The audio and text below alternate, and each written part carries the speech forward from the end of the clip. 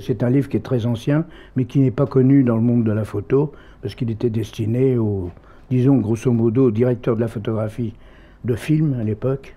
Bon. Et maintenant, donc, ce livre a été publié d'abord d'une boîte qui a disparu, qui s'appelait Le Technicien du film. Cet éditeur a fait faillite, donc j'étais le reporter directement à Duno en disant j'aimerais bien que tu refasses ce bouquin. Et donc, on vient de faire une deuxième édition.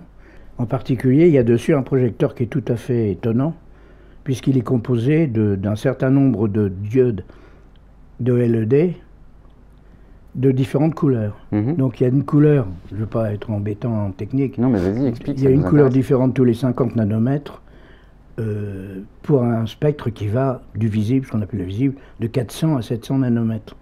Donc quand tu as un machin comme ça, on peut faire tout ce qu'on veut. Les gens ne se rendent pas compte que les découvertes technologiques actuelles, enfin si ça rend compte, mais pas à ce point, sont définitives, énormes. La LED, c'est énorme.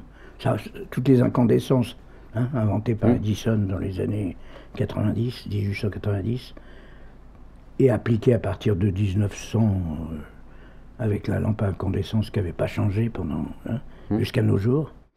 Et maintenant, c'est complètement remplacé par les LED. Et les LED elles-mêmes vont complètement changer. Il faut bien se rendre compte que ça change tout et que ça ne va pas faire machine arrière. On va pas revenir aux lampes à mercure, n'est-ce pas ?